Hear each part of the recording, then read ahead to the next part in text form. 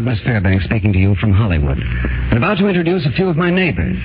Let's see, there's Jack Benny, Audie Murphy, Marlena Dietrich, Danny Thomas, Eddie Cantor, Francis Langford, Bob Hope, Tony Romano, and oh yes, Dinah Shore, greeting you directly from Cedars of Lebanon Hospital, where she became a mother the other day. Dinah's husband, George, has been spending his spare time hand-carving a cradle for the baby. And he tells me most of the shower gifts were made by the ladies who brought them. I suppose that sounds odd to those who rely on gossip for what's what in Hollywood. But there are a lot of people out here who don't live in Technicolor. We have babies and problems, taxes, headaches, and get wet when it rains, just like you. Also, like you, we have neighbors. And when something comes up that requires a meeting of the neighbors, we get together. And that's what this is today. A get-together of some Hollywood neighbors to pay tribute to a friend of ours who's leaving the profession. Yep, he's putting away his makeup kit and letting his union card lapse.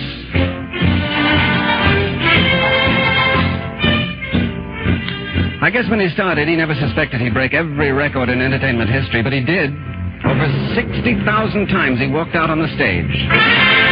Over 80 million pairs of hands applauded him. He played wherever he was asked to go. He traveled more than 5 million miles, and yet he never charged his audience a penny. Perhaps that's why we hate to say goodbye to that old trooper called USO.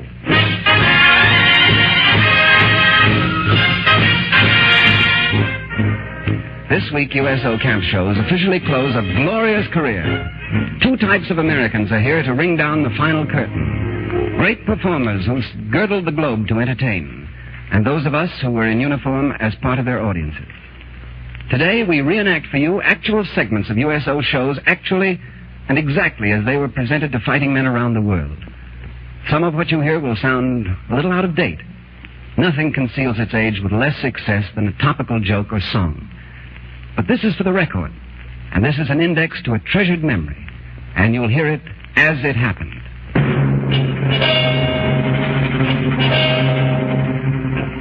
It's morning on the Moselle River, November 16th, 1944.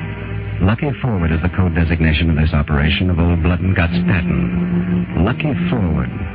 Forward it'll be, but how lucky, no man can say. She came early, very early, because the 44th Engineers were crossing the Moselle today. For some, there would be no tomorrow. She stood inside the little church, contemplating its bombed-out roof. This would be her improvised theater. Lowe's Moselle, she christened it. Later, after the tired, muddy combat men filed in, she heard a voice announce, "And now, fellas, the USO presents the star of our show, lovely Marlena Dietrich."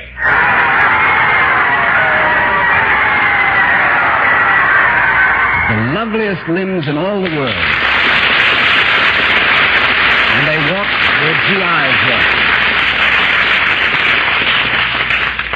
There on the banks of the Moselle, Marlena sang. And then Marlena sat down, took out a saw from a case, and played it, like a violin. It sounded exactly like this.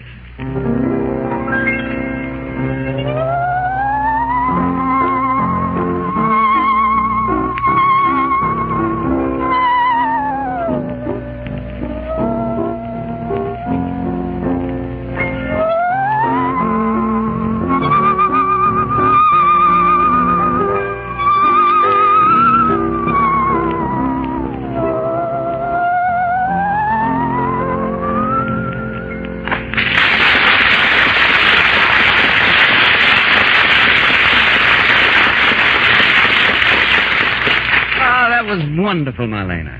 And now that the USO has closed up shop, I suppose you'll put your saw away, eh? I have a better idea, Doug. I'd gladly give the saw to somebody if they'll use it to build some of the houses we promised the veterans they'd have when they come back home.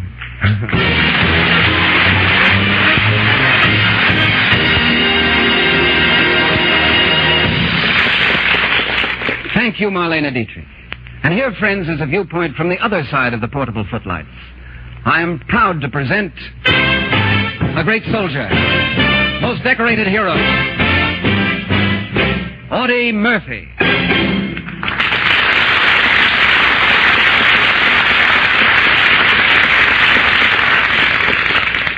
Thank you, Doug. You know, before I ever visited Hollywood, one of the things I always wanted to see was the footprints of the stars in the lobby of Grauman's Chinese Theater. In the Army, I saw something even more impressive. I saw the footprints of the stars on Anzio Beach and in Aachen. Thanks to USO camp shows, they turned up just about everywhere the Army and Navy did, in all theaters. Never was a blackout so dark that some Hollywood stars came out. I lived in America for 18 years without ever seeing a movie star in person. I won't forget that the first one I met was Marlene Dietrich in France. I saw her play that same Saul she played today. You know, when you're guarding a lonely outpost or checking your ammo for the next move forward, it's pretty wonderful to know that even though you can't go to the show can come to you. And when you watch it, well, it feeds something deep inside of you that food can't satisfy. It's one of the peculiarities of war that the generals discuss things privately and the privates discuss things generally. But a smile is the great common denominator, and I know both generals and privates who face their problems with lighter hearts because of the USO camp shows. I'm sure I speak for all of my buddies in all branches of the service when I say thank you to the USO.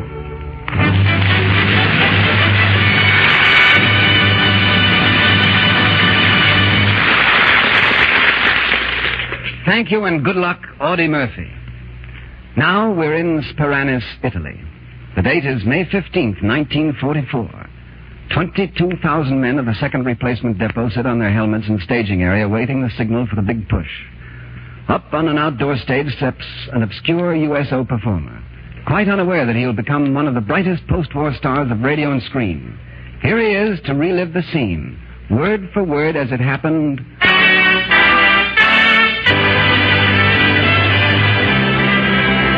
Danny Thomas.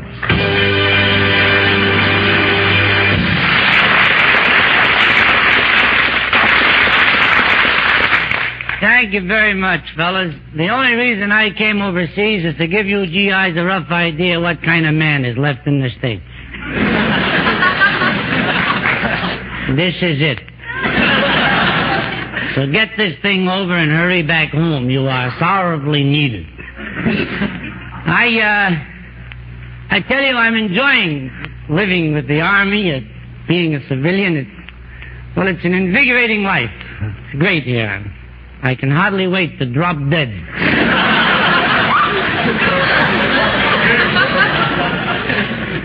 You see, we are USO camp show performers, and we're not really in the Army, but we are. We get a card, and it says, "Congratulations, you are now a member of the armed forces, though you are a civilian. In case of capture, you are a captain."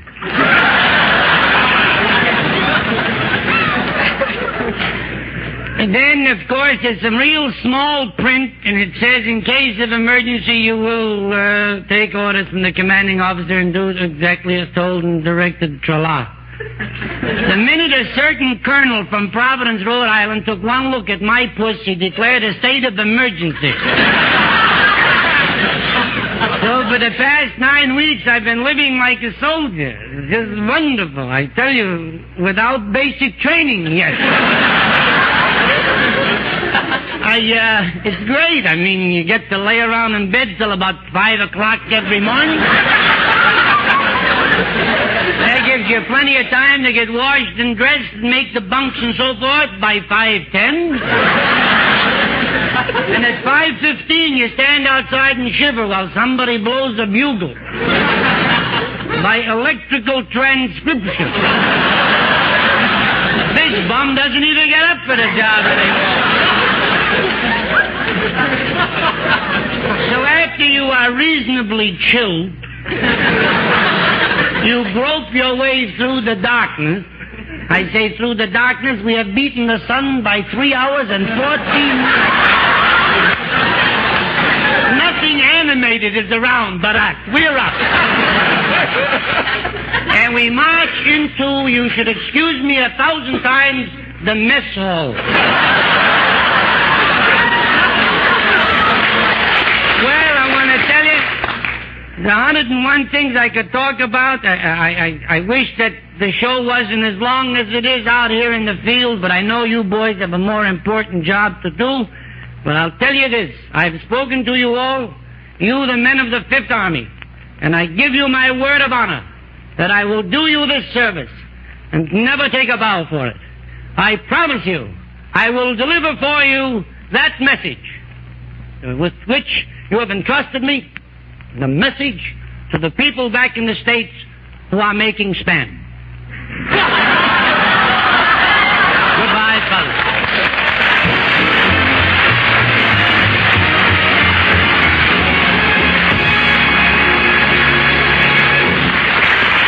Thank you, Danny Thomas. Now, ladies and gentlemen, here's a man with tremendous lot of talent. So much, in fact, that enough was left over to spread around in Africa, Italy, France, Hawaii, Australia, Guadalcanal, and assorted other enemy targets where American men were fighting. I'm happy to present Jack Benny.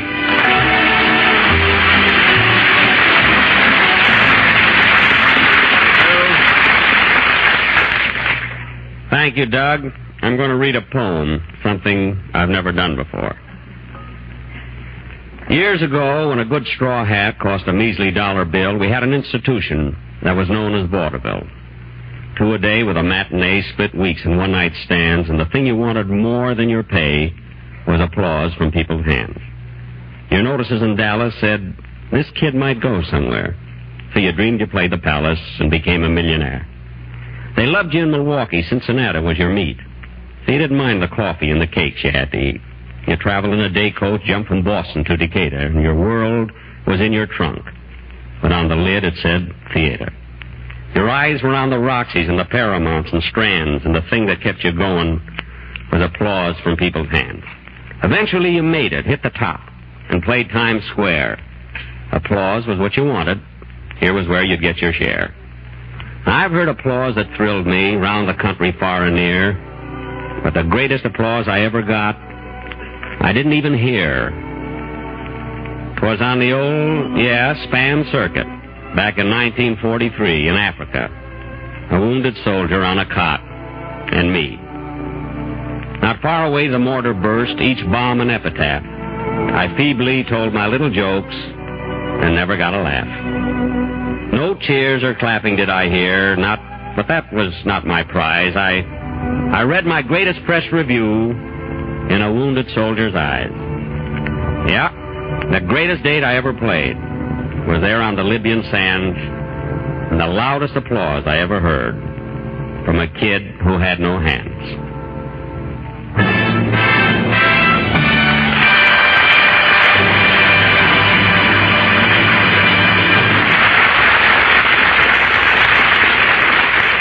Jack, nothing I could say could either add or detract from that wondrously beautiful sentiment coming from a great and generous heart. But now our retrospective calendar reads August 1944. It's evening, and a merciful dusk is closing in on the horrible rubble that was once the quaint valley city of Saint-Lô. The command post is an old French monastery on the rim of the hill. A blacked-out weapons carrier approaches gingerly. The sentry challenges. Who's there? Captain Mann and party. Approach, Captain Mann. Give the password. Banana. You may proceed, sir. Thanks. Oh, tough break, son, pulling guard duty when there's a USO show. Yes, sir. Especially me being the Tennessee boy.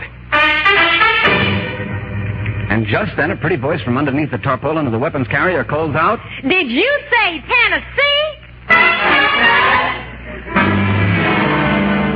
Well, that's about all there is to the story, except that when Tennessee's own Dinah Shore heard that a Tennessee boy had missed her performance down in the cow pasture, she established 2 new records in USO Army relations. A, it was the first time she did her entire act for an audience of exactly 1 person. B, it was the first time a PFC outranked a captain who took over the guard duty while the boy from Tennessee listened. Ladies and gentlemen, we take you now to the Cedars of Lebanon Hospital in Los Angeles, where the card on the door reads, Mrs. George Montgomery. Thank you, Douglas Fairbanks. Now you can add another first to those accomplishments. It's the first time I've ever spoken into a microphone that's been sterilized. The baby and I are just fine, and George is doing as well as can be expected. When Dr. Crone reluctantly agreed to let me broadcast from here, I had to promise to limit myself to 100 words. I told him it takes a woman that many words just to get out of neutral. But what I want to say won't run me out of breath or you out of patience. It's just this. There's no higher honor a profession can have than to give away its own skill where it's needed.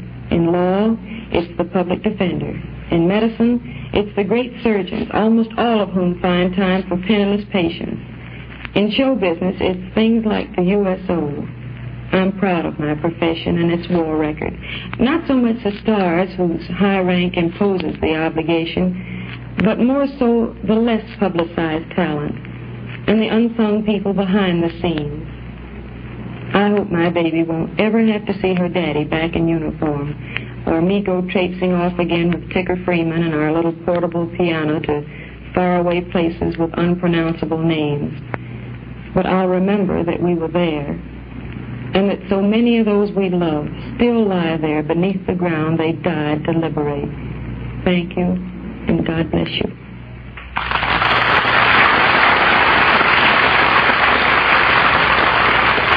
An orchid to you, Dinah, as if you needed it with that room full of flowers. But what's this?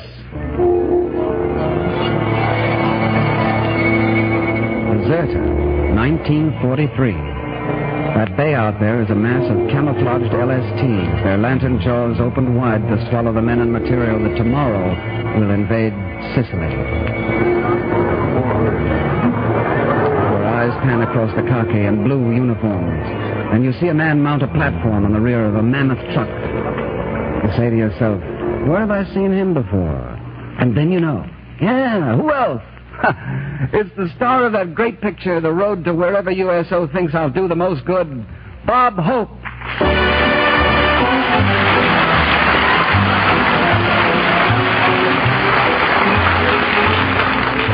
Hi, you fellow tourists. Nice to see you, but do me a favor and point those guns in some other direction, will you? Remember me, I'm on your side. But it's great to be here in Africa with you. Africa, lovely. This is Texas with Arab. You all know what an Arab is. That's the guy that gets up in the morning and takes his sheet with him. But we're having a nice trip on this USO tour, and anyone who can figure that joke out can go on KP with Gypsy Rose Lee. She's peeling tomorrow.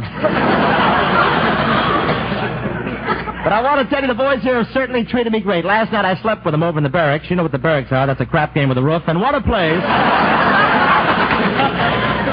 And what a place to expect to meet professional gamblers. Oh, what a crap game. I won't say they were loaded, but it's the first time I ever saw dice leave skid marks. But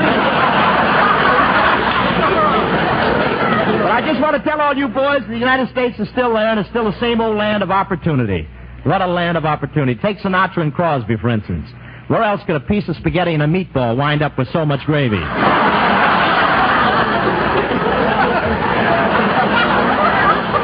Don't get me wrong, I don't want to knock old Happy Hips Bing. He's one of my favorites among the older singers, and Sinatra's having enough trouble. Right now his head is suing his body for non-support. Just before I left, he got a letter from the blood bank. He's overdrawn again. But here, ladies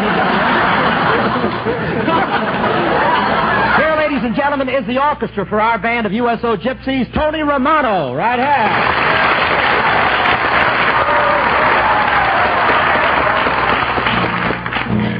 Like the president's smile or a Carnegie style, you're priceless.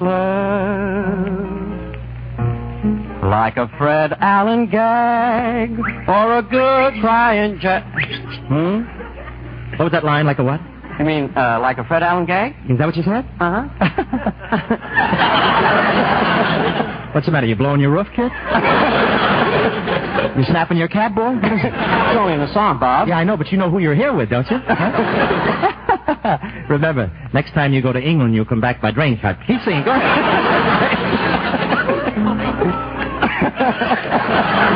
Just like Dottie Lamour's clothes or my pal Bob Hope's nose. Oh, baby, you are priceless to me.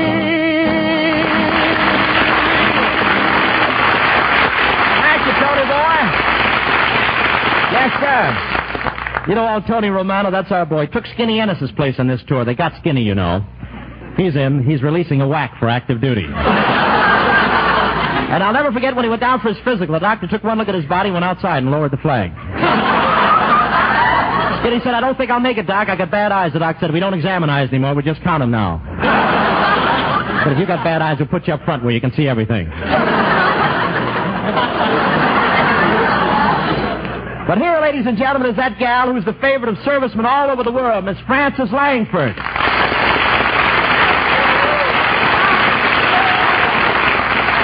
Thanks, fellas. Just wanted you to see what you were fighting for, man. Yes, sir. How are you, Frances? You look wonderful. You smell so good. What have you got on? Chanel number 5. You smell good, too, Bob. What have you got on? Clean socks.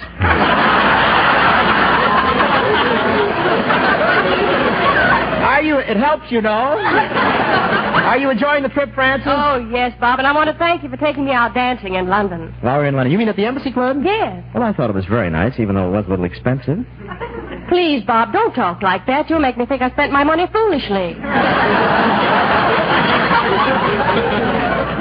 Well, I don't dance for nothing, you know. Say, how did you like my performance on the dance floor? I guess I made all of English society sit up and take notice. Yes, you did. But all the other fellas had partners. Well, you turned me down. By the way, what type do you go for anyway? Well, I like fellas more like Charles Boyer. Charles Boyer? Well, what do you like about him? Well, I love the way he takes a girl in his arms and flutters those long eyelashes at you. What do you want, love or air conditioning? Then, of course, I like a fellow a lot like, with a lot of punch, like Jimmy Cagney. Cagney? Well, what's the matter with me? Well, you're punchy, too, but in a different way. Turn, Frances.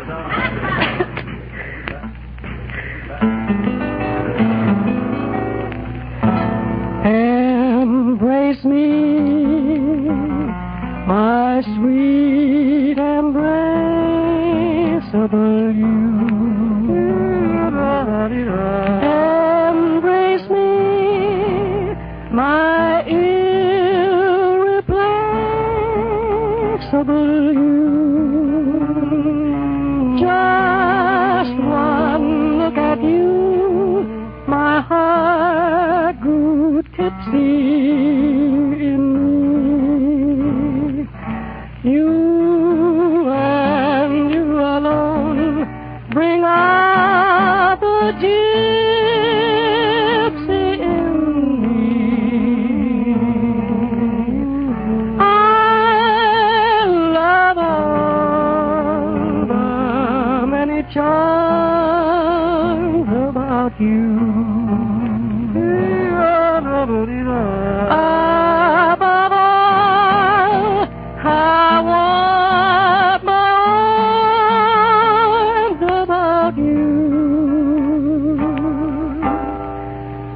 Don't be a naughty baby.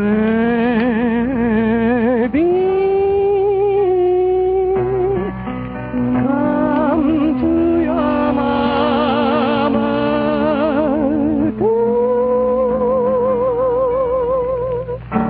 My sweet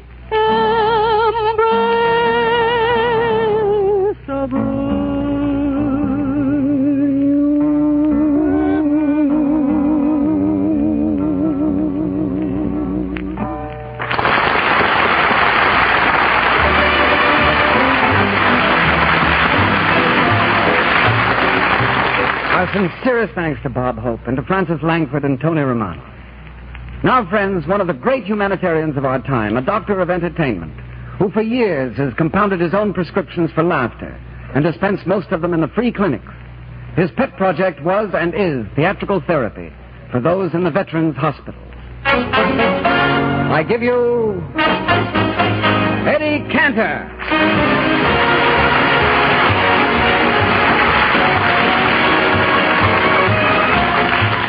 Thank you, Doug, and I'd like to mention in passing that your record of 5 years in a Navy uniform lived up to everything the world might conceivably expect from a Fairbanks, and that's aplenty. Friends, war is not a thing you can cut off with a push button. They say that on VE Day, 5th Avenue, New York was crisscrossed with 10 tons of ticker tape. I wonder if anybody has bothered to estimate the weight of the adhesive tape unrolled since then in the veterans' hospitals. As of today, USO camp shows have completed their mission. But we must remember that thousands of veterans, left wounded in body or mind by the havoc of war, still have battles to fight. For them, each day is D-Day. The ammunition of peace is peace of mind. They must have it. As long as there's one boy or girl left in a veterans hospital, the entertainment profession will put on live shows there. So, as an outgrowth of USO camp shows, we now have veterans hospital camp shows, ready to present regularly scheduled performances in 101 hospitals as directed by the Veterans Administration, the Army and Navy. Sponsored by 23 organizations drawn from motion pictures, radio theaters, and trade unions, guided by the same brilliant executive who led USO camp shows, Mr. Abe Lastfogle. Show business will supply the stars, but one of these days we'll have to pass the hat to help meet expenses of travel, lodging, and operation along the roads to and from the 101 hospitals. When we ask for your help, please be generous. Now, friends, before I return you to Doug Fairbanks, may I remind you that many a star once on a dressing room door is now a gold star in a service flag. And may I humbly request that all of us remain silent for a moment as we sound taps for the 34 performers who gave their lives while serving the USO camp shows in World War II.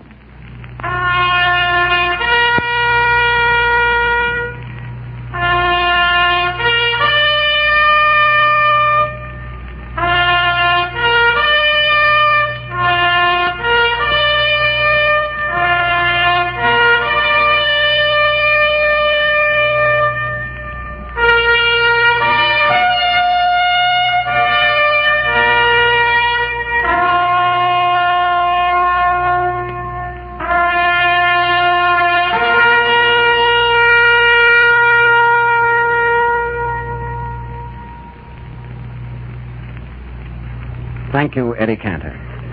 You know, friends, so completely democratic was the organization of the USO that most people didn't even know whom it represented. Delegates of 6 different organizations, the YMCA, the YWCA, the National Catholic Community Service, Travelers Aid Society, Jewish Welfare Board, and the Salvation Army, all saw a problem together, all sat down at a table and worked it out together.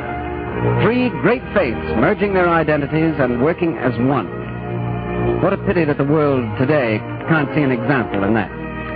What a shame that men can shake the world with bombs, but somehow can't learn to shake hands. And now, with a verbal Distinguished Service Cross for each individual involved, may I thank NBC for its facilities and you for your pleasant company.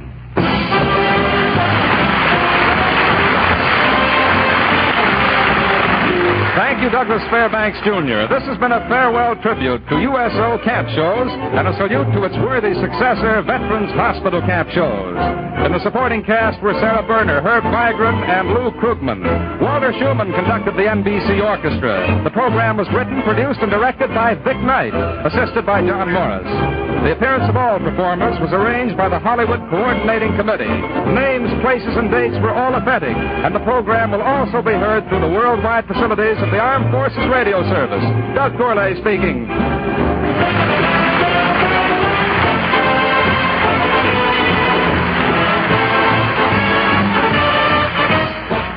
This is NBC, the National Broadcasting Company.